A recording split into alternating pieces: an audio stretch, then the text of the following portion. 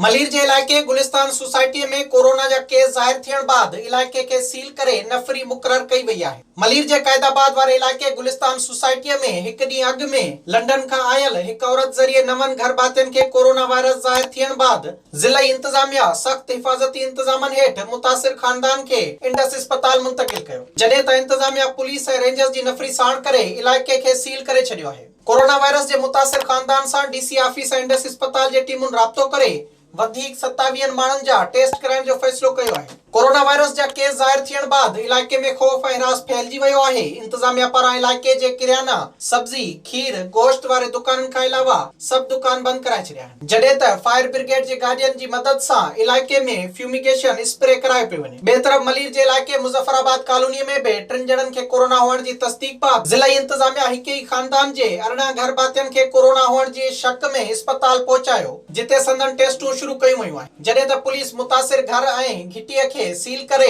माण्हुनि जे अच वञ ते पाबंदी लॻाए छॾी आहे। विज़िट कयो अवामी आवाज़ मीडिया ग्रुप जी वेबसाइट awamiawaz.pk